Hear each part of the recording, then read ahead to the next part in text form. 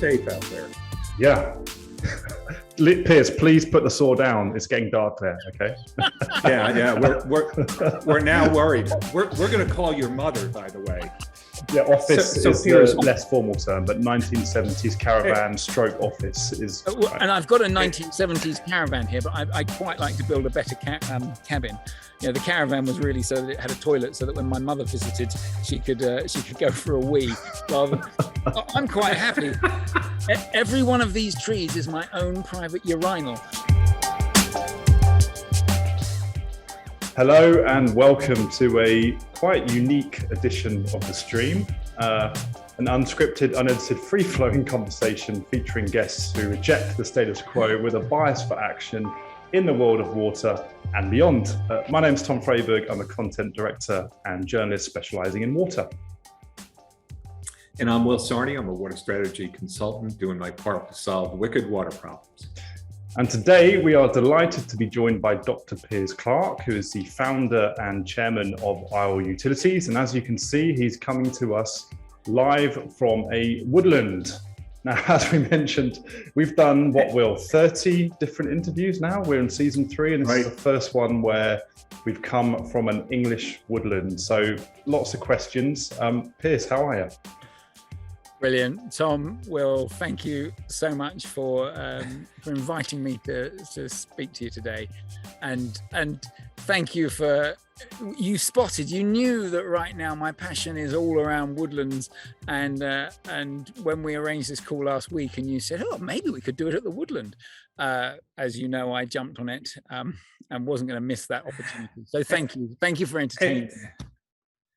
And Piers, I went along with this whole woodlands thing without knowing what are you both talking about? I don't get the woodlands thing. I lived in the woodlands when I was in Houston, which was a planned community. I don't think that's what we're talking about here. It isn't. And anyone watching this who's got the whole anyone who's got this in mind of the whole Deliverance film from the 1970s, that also is not what this is about. That's good to hear. I if you'll indulge me, I dreamt of having a woodland for years, and I think I've reached that age in life. I'm 52, and to be perfectly blunt, I haven't got the libido to have an affair, and I'm a terrible driver, so I can't buy a fast car. So my midlife crisis is buying a woodland. Men of a certain age all go through midlife crises. This is it. This is my equivalence of a mistress, but much more rewarding. A midlife woodland. I don't think I've ever heard that before, but I love it. I love it. So there's so much to unpack here. First of all, I think I just heard some wildlife, something tweeting. I think can we just have 10 seconds of silence just to hear your midlife woodland, Piers? I mean, that would be an amazing thing, right? Let's listen. I don't know whether it's coming through. No, we can't hear that. Sod's law, yeah, the one thing I heard has now gone quiet. But I mean, so why did you, and where? I mean, I think you're near Gatwick Airport, right? So every few minutes you'll probably hear the sound of an airplane. To be honest, joking apart, I'm an environmental scientist by my first degree from 30 years ago, and I've always been keen on nature, obviously. And the world's facing an ecological crisis, which I'd love for us to spend some time talking about. And part of this was an opportunity. I saw this woodland and was fortunate enough to A, have the resources to be able to buy it, and B, have the energy and inclination to look after it. I mean, this is a project. I've got 25 years left of life, and I could easily commit all of that to projects and things that could be done here. I mean, I've deliberately standing here. I'm in a bit of ancient woodland just here. If I scan around, this is ancient woodland, so it's been woodland for about 800 years or so. And you look at it and you think, well, that looks like a typical bit of woodland. Actually, this ecologically is pretty Spartan. You know, there's nothing growing on the ground because basically the tree cover has got too dense, and it needs thinning. These are very old coppices. But I'm deliberately standing here because behind me, you can see what we call standing deadwood. You can see the knot holes in the tree. If I turn the camera up a bit, you'll be able to hopefully see the knot holes. And standing deadwood is one of the rarest habitats that we have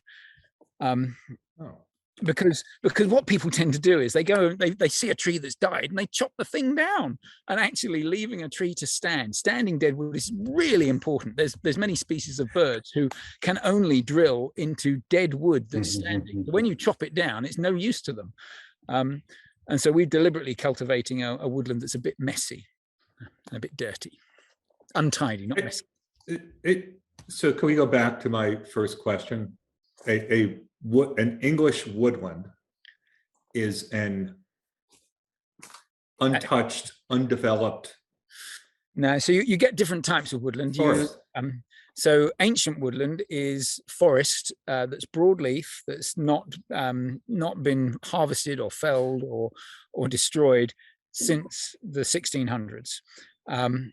And I've only got a couple of acres of ancient woodland, which the bit we're standing in now. I'm going to walk, as this interview goes, with your permission, I'm going to walk back through the woodland to some of the younger bits of woodland.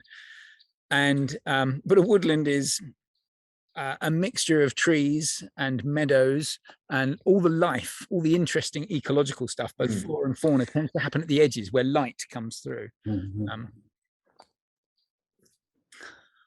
So yeah, please walk and talk, Piers, because you mentioned about thinning, right? And obviously part of your responsibility is to make sure the woodland's in the best possible health to continue. So presumably you're going to have to engage in some thinning activities, let more light in to let the ecosystem thrive underneath, right? Yeah, and you have to get you have to file a woodland management plan. So, okay. So I have to keep looking down, otherwise you're going to see me just disappear off the screen. Please don't twist. Yeah, please don't twist an ankle when you're walking. So I'm not the most practical of people, and so I know my wife is terrified of the idea of me being in a woodland on my own with a chainsaw. And actually, I'm not intending to do very much dramatic chainsawing on my own.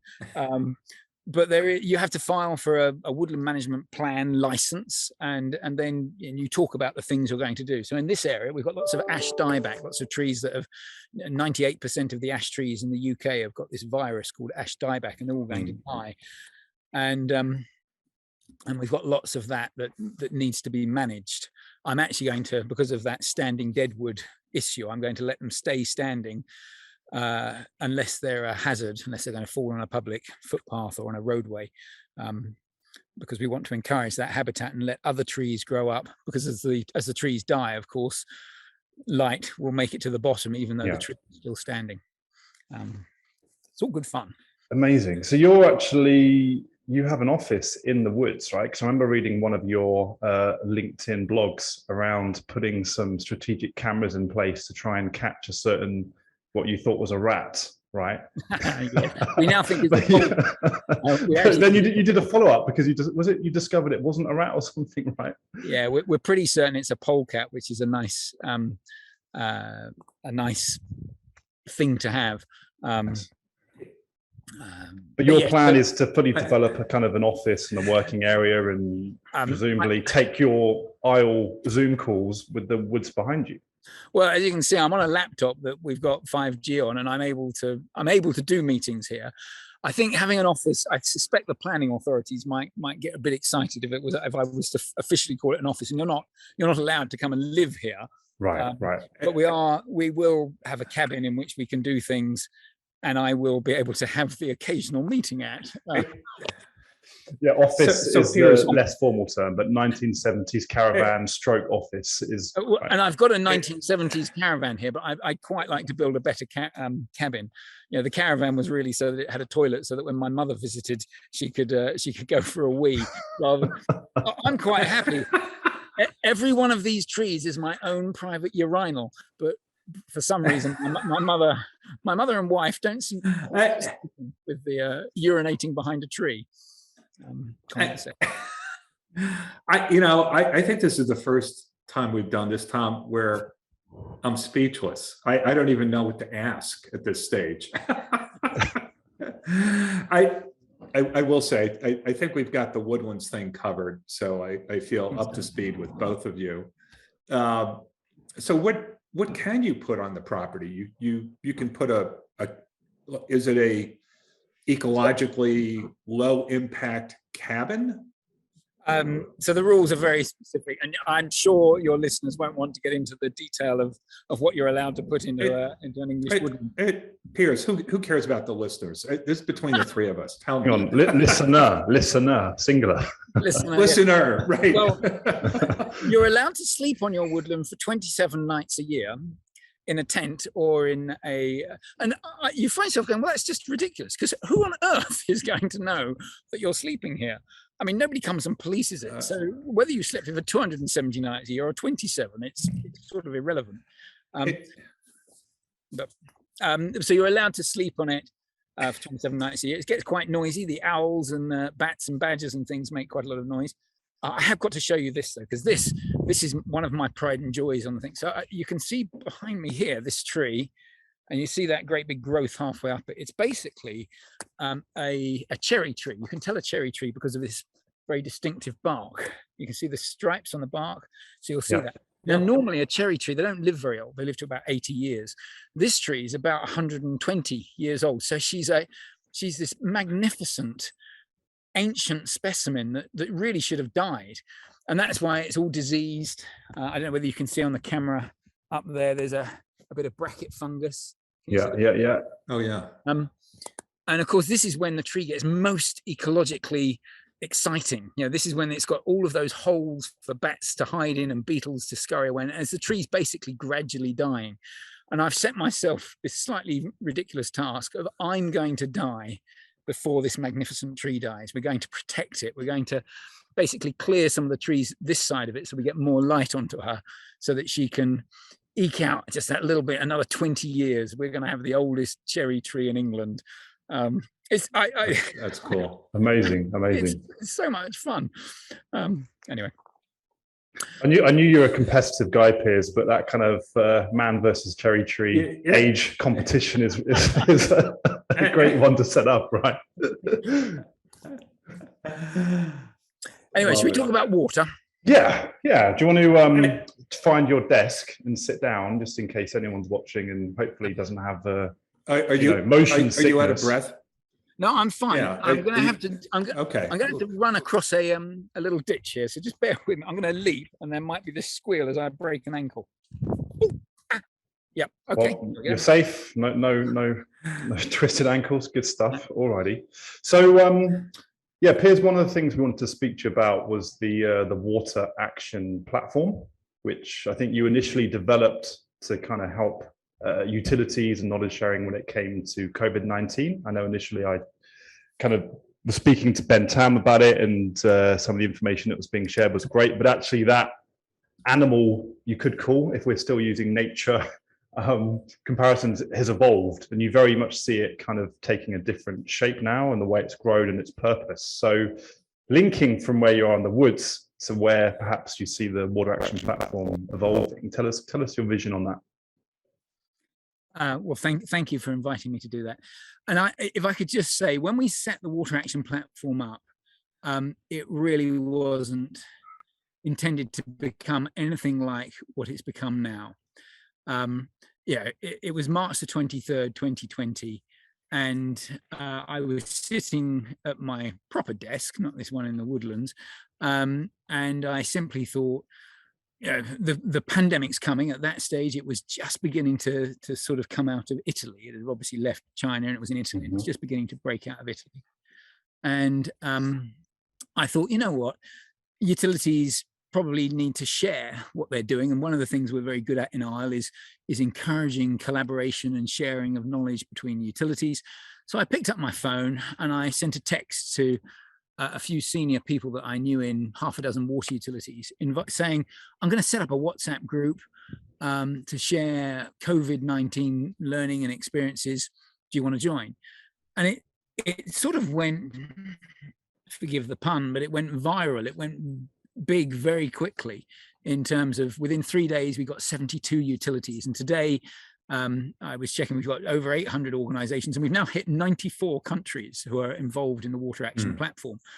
And it became this very dynamic forum. And of course, in those first few months, it was incredibly important as people were trying to work out, how do they manage their workforce? What do they do with keeping their PPE clean. How, we were one of the first people to spot or to start reporting the news around COVID-19 SARS-CoV-2 being identified in the sewer network, and that potentially being a method of tracking how the pandemic was spreading. And so we reported a lot on how that work was happening. And so it became this very exciting thing and very useful, I think, for the industry. There were lots of people leaning on it, and we've only been able to achieve it because, of course, we've had a group of organization sponsors who have very kindly contributed to the cost of running this, because you end up having quite a dedicated team just managing the questions that were coming in and doing things. So we've had some great sponsors who've supported it.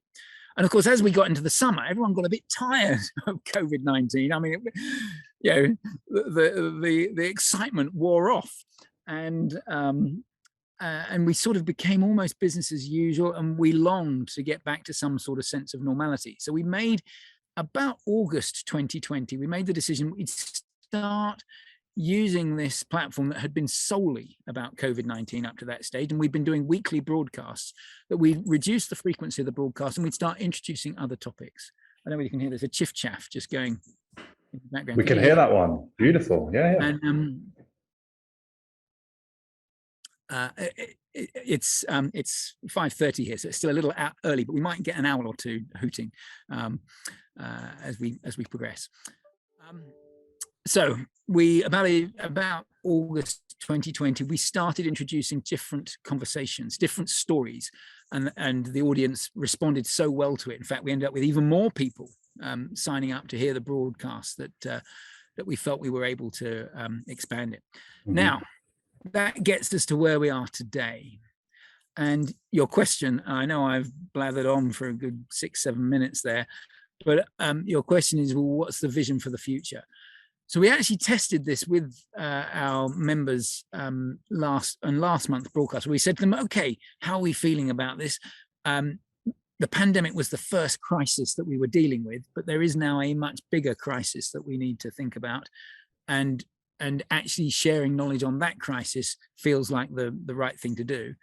And of course, the crisis I'm talking about is the climate crisis. It is the fact that following the IPCC's recent report, it is undoubtedly the world's on fire and the crisis is here and we need to respond. And water utilities, the key thing here, I think, is that water utilities are on both sides of the problem. Water utilities use huge amounts of energy in treating and pumping heavy water.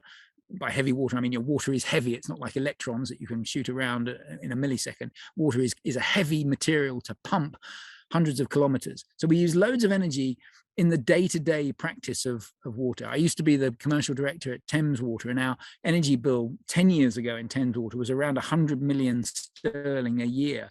I dread to think what it is today. It's massive energy usage. Yet on the flip side, water utilities have also got enormous potential to not just be much more efficient in aeration systems and things like that, but also to generate green, clean power from anything from floating solar arrays on reservoirs through to fermenting sewage sludge in anaerobic digesters. So there's an opportunity for water companies to have a double whammy impact on the climate crisis by moving from one side of the equation to the other, which I'm very excited about. Piers, I've got a question. As part of that next big problem that you will be tackling with your community, do you see healthy watersheds as part of this also? So getting utilities to think about how can they be proactive in restoring, preserving watersheds. And the reason I ask it is that, I'm certainly seeing that on the corporate side where, corporations are engaging much more on, how can they contribute to biodiversity, better water management within a watershed. Well, without a doubt. And the interesting thing is you don't find no one joins the water sector because they go, well, I want to get rich beyond my wildest dreams. That's not the driver of why people join the water sector. People join the water sector because they care about the environment they live in. They care about being stewards for the natural environment and providing a service to the communities that live in that region. And I always find it annoying, in particular in the UK, where the press often likes to have a beef against the baddie water utility, as if there's people in the water utilities who delight in polluting the environment. It's just it's a confused viewpoint, because everybody who works in the water sector that I've ever come across in my 32 years in the sector, their interest is in doing the right thing and preserving the environment, and yet at the same time trying to make sure that the toilets keep flushing and the taps, you can still turn the taps and get water coming out of them. And it's trying to maintain that balance. Healthy watersheds have so much involved in them, because of course generating the water locally, capturing the water locally and using it in that local watershed is so much better than having to transport it thousands of miles, or building a desalination plant which generates a brine that you then have to discharge into the ocean. The Arabian Sea is increasing in salinity at a rate that the flora and fauna can't cope with, probably almost certainly because of anthropogenic issues to do with the 1,500 or so desalination plants that sit around the edge of the Arabian Gulf. It's issues like that we don't tend to talk about enough, and don't recognize in a way that we maybe should do. So healthy watersheds and locally produced water being used by people in that watershed is absolutely the right way to go. The bit I find, if I can just go off on one for a second, the bit that I'm currently really annoyed at is the politicians. Please do. Oh, good. Well, so I find it unconscionable that that here we are a month away from COP22. I don't know when this is going to be published, but it's late September. 2026. There was the 26th. Okay, so yesterday on the news, there's our Prime Minister Boris Johnson is in North America at a summit with Joe Biden and for the UN. And the news yesterday was that Boris Johnson was going to stand up and tell people that it was time to grow up about climate crisis. And I find myself unbelievably angry at the two-faced stupidity of people like that. It was only 3 years ago that Prime Minister, my Prime Minister, was essentially a climate denier. And you know what? I'll let this plane go by. Can you hear the plane, or is it not being called out? Yes. It'll fly past. One of the downsides of having a woodland near Gatwick. It's almost perfect timing. You're talking about prime ministers flying off to meet each other in ironic conversations about stopping climate change. Right there, you have a plane flying over. Sorry, continue, Piers. Yeah. It's the fact that we've got our future generations. My grandchildren, and I haven't got any grandchildren, but I hope that one day I'll have them. My grandchildren, I am sure, will hold me and this generation culpable for the problems that they're going to face. We knew about the climate crisis decades ago, and yet we sleepwalked through this issue. We thought we could get away with it. We found excuses to carry on and not adapt our lifestyle. And it angers me beyond comprehension that we still have people who are sort of waking up to it. Boris Johnson recently said, the facts have changed, so my view is changing. Well, I welcome the fact that his view's changing. To be fair, his view changes depending on whoever he's trying to make happy on that particular day. Sorry. I think it's the kind of late urgency that's come in, right? I mean, it was evident in the previous IPCC report and findings about the impacts of human activity on the climate. But it just seems to be this 11th hour urgency from politicians that's quite frankly like unbelievable. Well, I think it's more than the report. I mean, it is for real now. And, I live in Denver. And if you look at what is happening in the American West, it's on fire. And the Colorado River Basin is absolutely epically screwed. So it's becoming well, it's real. It's not like, oh, here's another report and we've got 20 years to fix it or whatever it may be. No, it's now. And, it's just become very real to people that I would put in the denier category, or, saying it's both sides. You can't refute it anymore. To kind of segue back to the water action platform, do you think, I mean, because you're talking about the role of water utilities, right, in the climate discussion, and obviously treating water, primarily wastewater, takes a vast amount of energy. Does the platform, because I think the part of the puzzle where water utilities can play a role is actually helping to communicate with people, not only on water, but beyond that message, right? And that's another part that needs a lot of improvement beyond communicating just on how much the water costs or your bill. So is part of the platform around that communication element as well, and how utilities can share strategies beyond just applying different technologies to their treatment? Because I think that would be an amazing thing to see grow as well. Well, absolutely. So what we're intending to use the platform for is identifying case studies where people have done things, tried new technologies, and then using the platform to share that knowledge as quickly and as effectively as possible. So that if someone does a trial in Joburg, South Africa, it can be learnt about by the utility in Denver, Colorado. And it's that knowledge exchange. We are also, and I know you know, because when we had a brief conversation last week, I said that we're launching something. I'm not going to get drawn into it, but I will say that we are launching something at the end of this year, which will radically change, I believe, how water utilities can adopt new technology. Because one of the problems we've got, it isn't just about information flow. It is also the sort of risk element around a technology comes to a water utility and the utility's interested, but helping them adopt that technology and manage that risk around that adoption.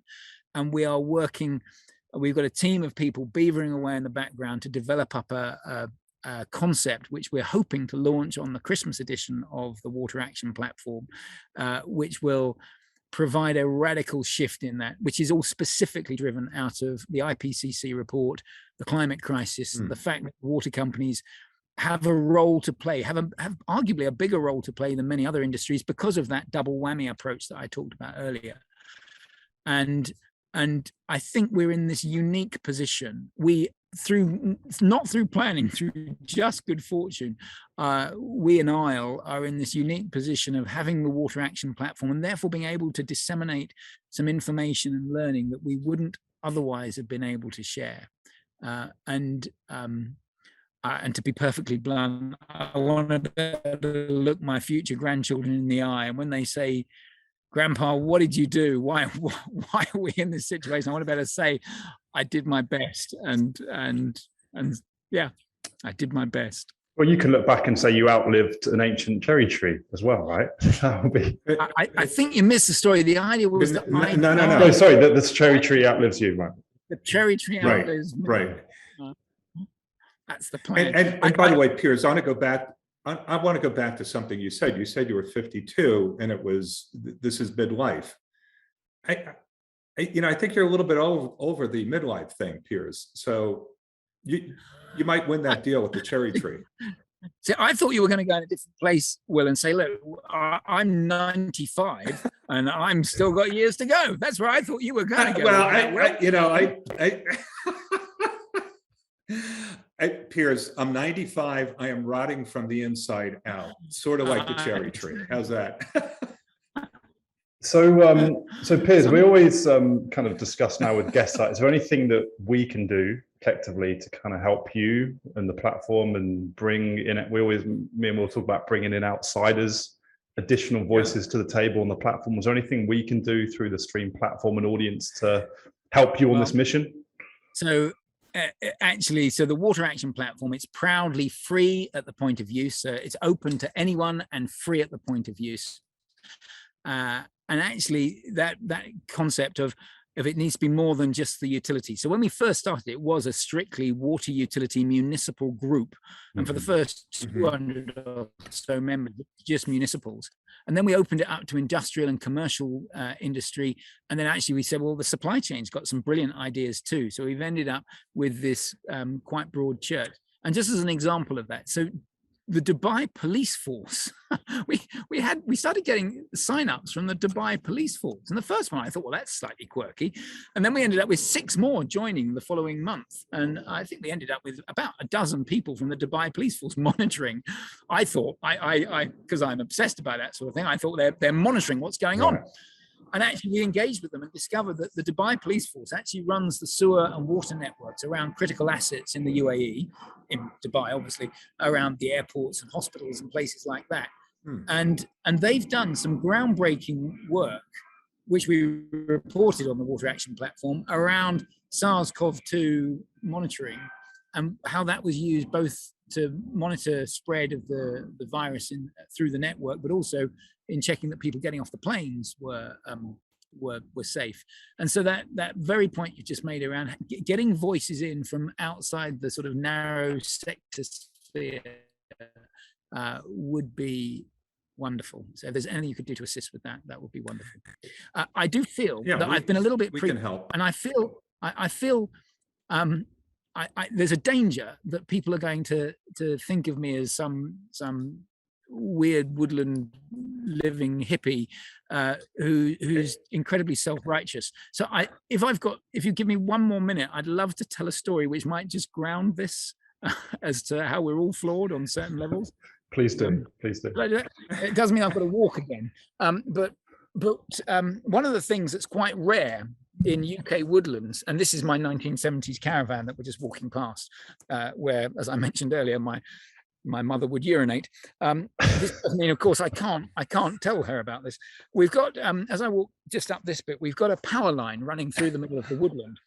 And we had an ecologist come here, and he got incredibly excited about this power line because we've got something called a service tree. And they're very rare, and they're an indicator of having sort of ancient, healthy woodland. And I'd never heard of a service tree before. But they generate a fruit called the Chequers fruit, and actually the Grace and Favour mansion that the Prime Minister lives in is called Chequers here in the UK, and they think it's called Chequers because it used to have these service trees. And here, if I'm just standing by it, just behind me, I don't know whether you can see it, there's a tree. Can you see this one? This is the checker tree. And if I step into here, you might be able to see, I'll tell you how I'm holding it, these sort of little buds on the leaves.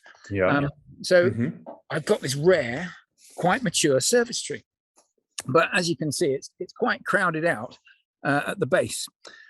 So there was I, all environmental. I'm still applying for my woodland felling license, and I had a terrible day at home, a terrible day at work. I think everything I'd done had gone wrong. Every conversation I'd had gone badly. I was in a bad mood.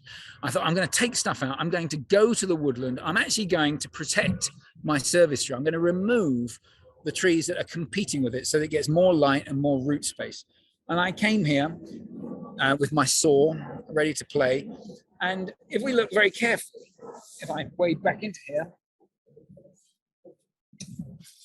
so it was quite easy. I was able to spot, this is the service tree here, and I've got the important branches, and the one behind is a silver birch that need to be taken out. And I can't believe I did it, but I sat here sawing, and I then started sawing through this bit, which I got halfway through and then realized that I was sawing through one of the 3 precious service tree arms. Oh no. And I share this. No. I share this as an example of sometimes you can be truly stupid, even when you try not to be. And it hasn't quite died, so I'm hoping it'll recover. And there's a lesson somewhere in there. If your day's going badly, don't try and rescue it. Just go to bed. Wait, no sharp objects on a day gone bad. Is that basically it? I think that's a good analogy. So if anyone was watching this thinking, well, he's quite up himself, and he sees himself as an environmental crusader. Right now, I lie in bed and I lose sleep over the guilt that I have, that I've potentially mortally wounded this very rare, precious service so tree. you know, and that guilt has been translated, amplified because of our other viewer that is now going to blame you for this. So there you go. There is a lesson there. After a bad day at work, leave the saw at home, perhaps next time you enter the Piers Wood.